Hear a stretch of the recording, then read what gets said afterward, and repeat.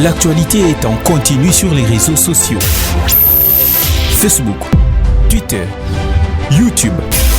Soyez les premiers à être informés. Il est l'heure de vous informer, mesdames et messieurs. Nous sommes dans la commune de Manika où une bonne partie du quartier Moïse Tchombe est plongée dans les noirs. C'est par cette note sportive que nous bouclons ce point d'actualité sur Amani Télévision et ça a été pour nous un plaisir de vous aider. Merci mesdames, merci messieurs. Mais aussi, vous pouvez nous informer en tapant les 097 00 00 97 2. Amani Radio Télévision, les bonnes et les vraies informations sont ici.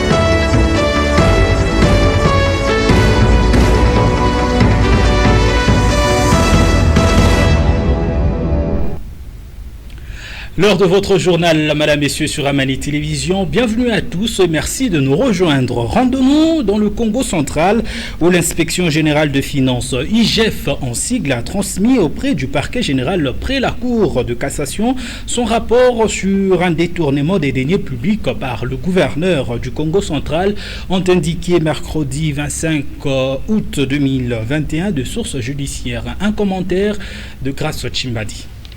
Le gouverneur du Congo central, Atou Matubwana, ainsi que ses trois proches, dont Claude Nzenzanzi Ngeti, directeur de cabinet, Patin Samba, secrétaire particulier, et Nkeme Fouka, son assistant, ont été traduits en justice par l'inspection générale de finances, IGF en sigle, qui a transmis les dossiers auprès du parquet général près la Cour de cassation. Ces quatre personnes ci citées sont accusées d'un présumé détournement des deniers publics, a indiqué les documents signés par l'inspecteur général de finances, chef de service, Jules Alinguete. Selon les documents de l'IGF, un montant de plus de 11 milliards de francs congolais destinés aux services civils et militaires de sécurité et de justice ont été détournés par les gouverneurs Atou Matubwana Nkuluki. Ces derniers est accusé aussi d'avoir détourné plus de 6 milliards de francs congolais destinés au fonds spécial d'intervention, plus de 3 milliards de francs congolais d'intervention économique, sociale, scientifique et culturelle,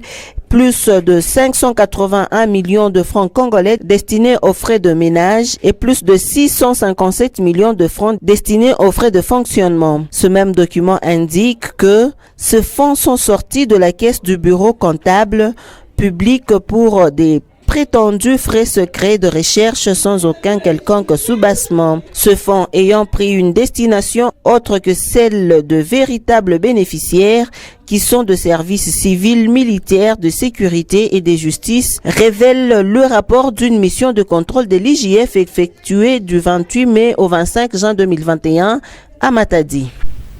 Le 6 territoires que compte la province du Haut-Ouélé seront desservis avec plusieurs lignes, notamment Isiro-Ouacha, Isiro-Bunia, mais aussi Isiro-Kampala. Un total de 10 bus. Suivez. C'est un signal fort que vient de lancer le président de la République, Félix-Antoine Tshisekedi, à travers le ministre des Transports, Voies de communication et des désenclavements, Chérubin Okende, dans les vastes programmes de déploiement de bus Transco dans les provinces de la RDC. Après Kinshasa, les couleurs de Transco vont désormais rayonner en province.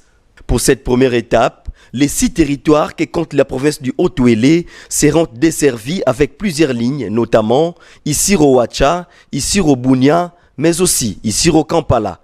10 bus pimpants neufs ont été entassés, embarqués au port de la SCTP Beach Ngobila à Kinshasa, à destination de la ville d'Isiro, sous l'œil vigilant de Chérubin Okende, qui avait à ses côtés les dirigeants de Transco, de la SCTP, mais aussi du représentant du gouverneur de la province bénéficiaire. Pour Chérubin Okende, cet acte vient marquer l'engagement de la RDC dans la consolidation de la cohésion nationale. Cela va faire ressentir à nos compatriotes de cette province qu'ils appartiennent à une nation unie, forte, grande, qu'est la République démocratique du Congo. C'est aussi un message vis-à-vis de nos voisins. La République démocratique du Congo est résolument engagée dans le processus d'intégration régionale et sous-régionale. Nous ne sommes pas opposés à ce que les compagnies, les sociétés de transport de pays voisins viennent chez nous, mais le message est aussi fort parce que Transco va aussi arriver assurer le transport transfrontalier pour consolider l'image de la République démocratique du Congo.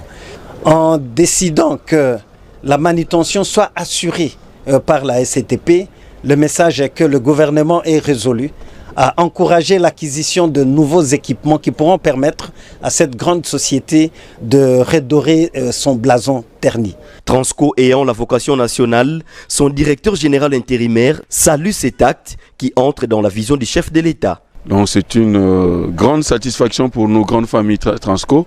C'est un signal fort et un message fort pour toute la nation congolaise. Et pour dire que les autres provinces qui sont restées, sous peu, c'est le drapeau Transco qui va flotter chez eux. La population va se déplacer dans des conditions très bonnes.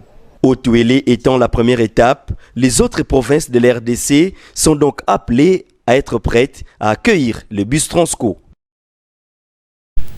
Randonnons à présent dans le Haut-Katanga où le gouverneur Jacques Kiaboula, dans une vidéo rendue publique ce jeudi 26 août 2021, donnait le programme des obsèques du fait président de l'Assemblée provinciale du Haut-Katanga, Antoine Gabriel Kyungu Akumwanza. Le numéro 1 de Haut-Katangais, Antoine Kyungu, sera inhumé dans un mausolée construit à Lubumbashi dans un lieu à convenir entre les autorités et la famille. C'est un propos recueilli par Cléophas Ngongo Mirambo. Haut-Katangaises, Haut-Katangais, c'est avec tristesse que je vous confirme le rapatriement la nuit d'hier à 23h37 à Lubumbashi du corps de l'honorable Antoine Gabriel Kyungu Akumwanza, président de l'Assemblée provinciale du Haut-Katanga. À cette occasion, je voudrais inviter chacun de nous à garder une pensée pieuse requise en pareil moment, tout en lui réservant des hommages mérités et dignes de son rang. L'organisation tient à présenter ses excuses pour le retard enregistré par rapport au programme officiel initialement annoncé quant à l'arrivée de la dépouille mortelle à Lubumbashi. Ce retard est dû aux circonstances indépendantes de la volonté des organisateurs des obsèques.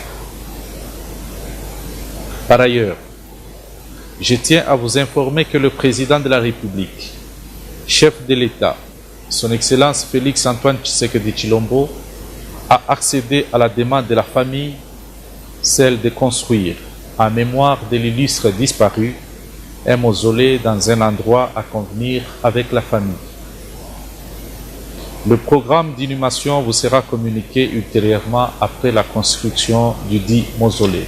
Qu'il me soit permis, au nom de la province du Haut-Katanga, de présenter une fois de plus mes condoléances les plus attristées à l'Assemblée provinciale du Haut-Katanga, à son parti politique l'UNAFEC, ainsi qu'à sa famille biologique.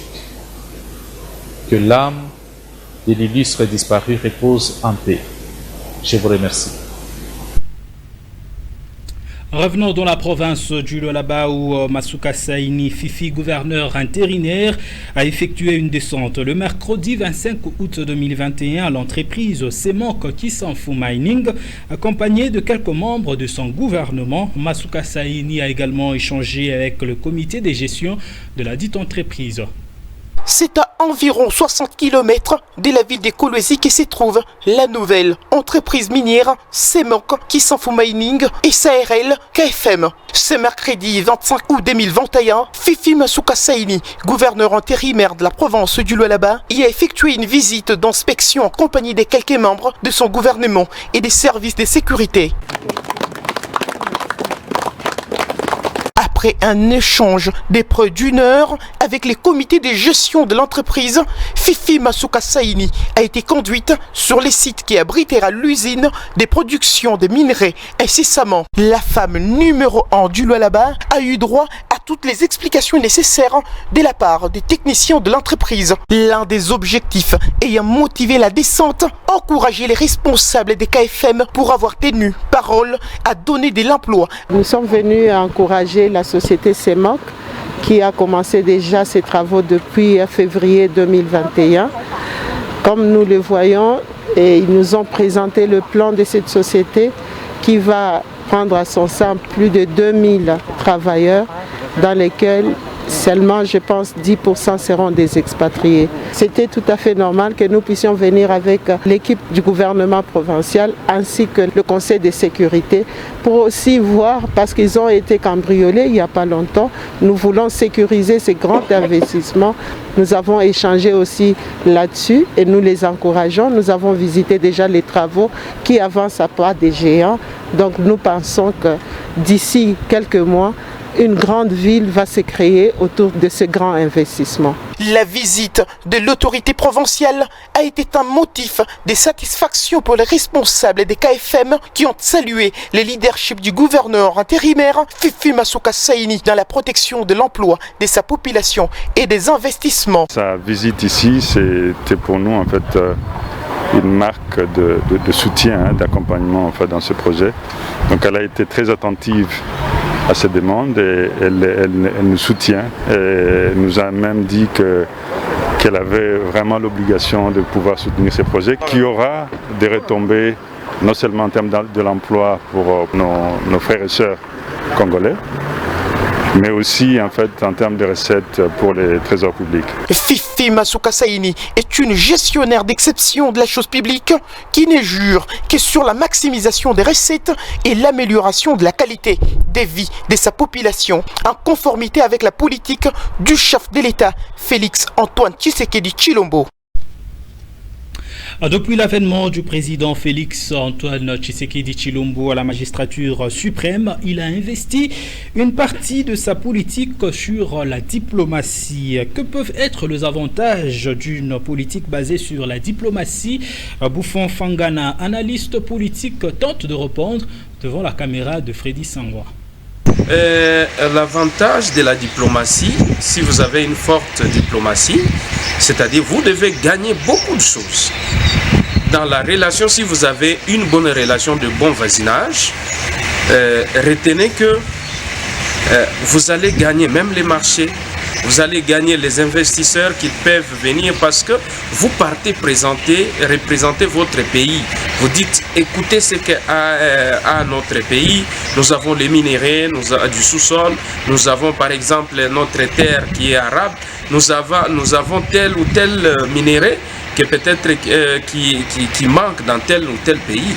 C'est ça l'avantage. Et les gens, lorsqu'ils viennent exploiter chez nous, c'est-à-dire il y a l'emploi, on crée l'emploi et c'est la population qui bénéficie de cet emploi qui est créé par rapport aux relations ou bien à la diplomatie faite. Lorsqu'il y a on rompt par exemple cette relation ou la diplomatie que vous faites, il y a des conséquences. Les conséquences, c'est-à-dire, doivent partager qu'est-ce que vous apportez, qu'est-ce que vous représentez valablement dans le monde et dans les pays. Alors, si vous ne représentez rien, on peut vous minimiser, les gens peuvent se réveiller des grands matins, on dit non, on peut rompre avec tel pays parce que vous ne représentez rien devant eux. C'est ça, c'est ce qui se passe. Nous sommes à présent au village Moussampo où la famille du chef Jean Kapwassa s'indigne de menaces dont ils sont victimes de la part de personnes mal intentionnées dont le pouvoir n'a pas été reconnu par le gouvernement. Après son intronisation à la tête du village Moussampo et la reconnaissance des autorités politiques, les chefs des terres Jean Kapwassa et la famille régnante fait face aux attaques de notre camp qui se serait autoproclamé chef du village. Hakuna bushefu bwa kusema alienda kusompola pana. Ni bushefu bwa famili. Tulianza kwa ngambo ti kufika na lewe. Hakuna kusema alitomboka kama nguvu bila kukata milumu hapana. Ni shi famili ndio tulimtombola. Tunasema hata ni mtoto tumuweke akwe shefu aje kutuchunga. Lakini kisha kuona mwingine mmoja mnakuwa shefu wawili baada tangu zamani au wake bashefu wawili. Yeye ni Msombo alicha kujulikana kwa bashefu bote na pa kumuweka mkichi mlikuwa ni bashefu bote beko pale wao. Tena kuna pataka mapapie kila sana kila wakati.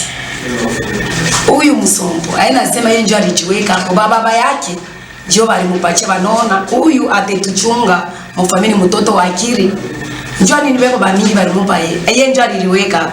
Yeye baba yake ndio balimupa achunge familia wachunge na baba yake ile makombanisho kila saa na kila wakati ma 19h ma 18h mimi shinapo beko nenda kunitupia mapapie chini ya nani ya mulango mtu anako beko na ajiri je lwangu mimi nakatala tupende kushikia ile maneno bakwa watukombanisho mwenjo baleta muyo ya kufanya. Profitant de l'occasion, le chef Moluka Mukanda Jean Kapwasa a lancé un message. Tuko na problème kwa Musompo, mimi nasema consultation ya nani ya chef kutimia isha depuis zamani. Tulenda ma election kote ba chef basha kunivoter ke niko sultani. Niko na tous les documents ya confirmation ya sultani. Ma famille yangu sio kupitaka magonani ma ceremony yote ya sultani. Mimi niko na shaka leo journal leo niko nashtuka biko natumia ma famille yangu ma invitation kwa parquet asema bende baka répondre. Mimi niko na shaka sana affaire kutimia affaire kutimia nikala kwa parquet nikala ni kutimia.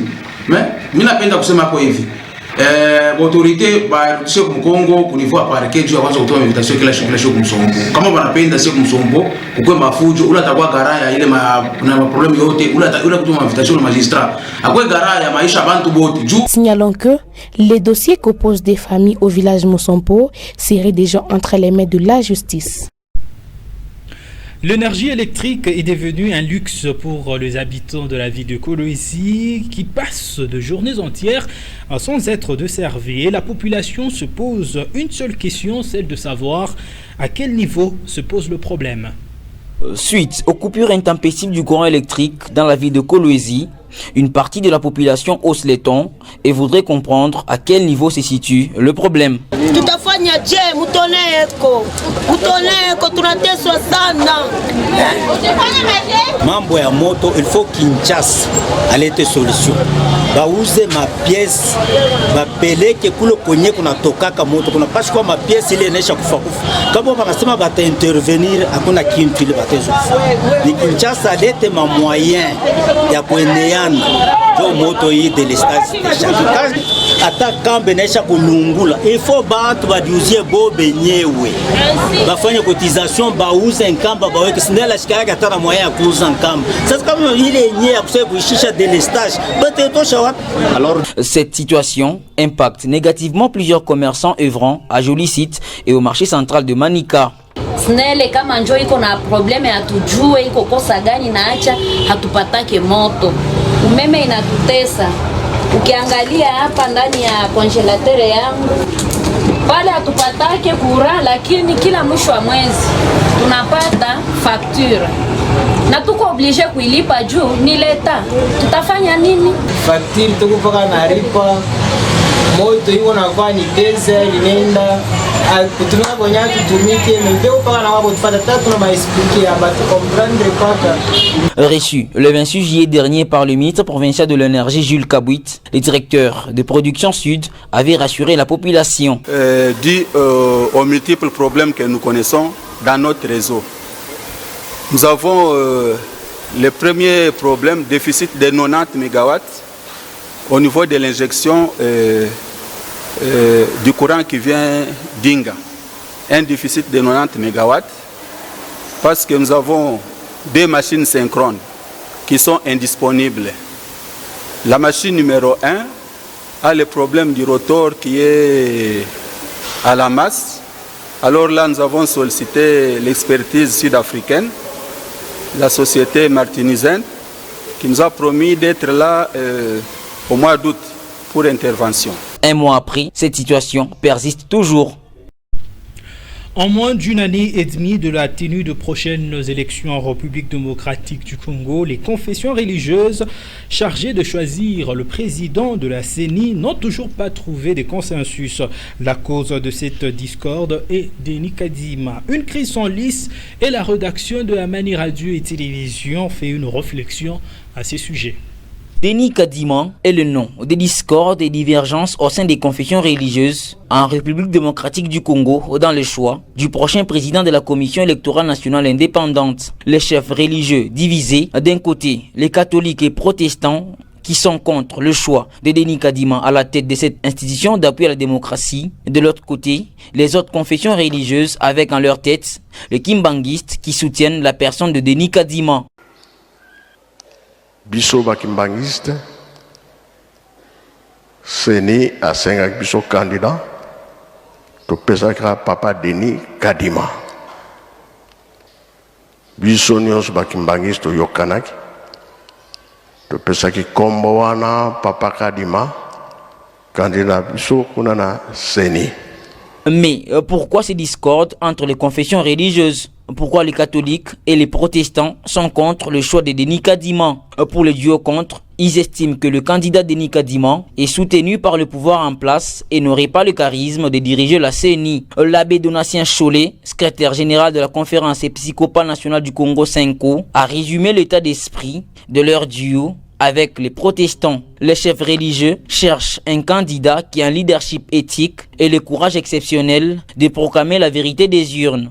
Aujourd'hui, les deux confessions religieuses disent être prêtes à venir autour de la table de négociation en la conditionnant par l'écartement pur et simple de la candidature de Denis Kadima. Quelle est alors la position de la Mouka et du FCC? Étant dans l'opposition, le Front commun pour le Congo ne veut pas de son côté faire des cadeaux à l'Union sacrée. Il souhaite aussi une ouverture plus grande des discussions sur les réformes électorales. À la Mouka, c'est également le statu quo. La position reste la même chez Fayulu et Mouzito. Jusqu'à quand les tractations autour du choix des animateurs de la CENI iront-elles? Ces derniers auront-ils suffisamment du temps pour organiser les élections prévues en 2023? Le président de la République restera-t-il silencieux très longtemps, sachant qu'il avait refusé en août 2020 de nommer Ronsard Malonda à la présidence de cette institution? Autant de questions qui tiennent en haleine plusieurs politiques congolais. Les chefs religieux divisés, les Francs communs pour le Congo s'écabrent et la Mouka toujours aussi ferme. La crise autour de la CENI s'enlise, wait and see. Changeons de chapitre à présent pour parler sport. Le rassemblement des Léopards tarde encore à se faire à quelques jours du match face à la Tanzanie prévu à Lubumbashi le jeudi 2 septembre 2021. Match comptant pour la première journée des éliminatoires de la Coupe du Monde Qatar 2022. La question de temps posera-t-elle problème? Nixon Canon. Les Léopards de la République démocratique du Congo ne sont pas encore dans la tanière, et cela à quasiment une semaine du match face à la Tanzanie, prévu ce 2 septembre à Lubumbashi. Le rassemblement n'a pas encore commencé à ce jour. Déjà, le sélectionneur Hector Raoul Cooper a repoussé son arrivée à Kinshasa initialement prévue ce jeudi au vendredi 27 août 2021. En compagnie de ses assistants Fantagouzi José Carlos, Mahmoud Fayez, ainsi que du préparateur physique Sarioglou Antonios et de l'interprète Moussa Dembélé. Quant à l'assistant Daoula Lupembe Mohamed et le préparateur des gardiens Robert Kidiaba Mouteba, ainsi que les autres membres du staff et le dernier lot de joueurs, ils sont annoncés pour le lundi 30 août prochain, le jour de regroupement de l'équipe à Kinshasa avant le déplacement pour Lubumbashi. Problème, c'est en déant 3 jours que les Léopards devront compiler préparation et déplacement, sans prendre en compte les difficultés qui sévissent à ce jour concernant les vols sur le territoire congolais. Est-ce donc réparti pour de nouvelles épisodes d'impréparation dans la tanière des Léopards, matérialisés par des mauvais résultats? En moins de 3 jours, Hector Cooper et son staff auront à cœur de tout donner pour ne pas compromettre l'entrée en liste des Léopards dans ces éliminatoires menant au Qatar 2022. Qualification qui serait salvatrice pour tout un pays dans l'attente de participer à une Coupe du Monde depuis 1974. Et cela fait, madame, messieurs, de cette session informative sur Amani Télévision. Si vous l'avez aimé, dites merci à l'ensemble de l'équipe rédactionnelle de Amani Radio et Télévision. À très bientôt.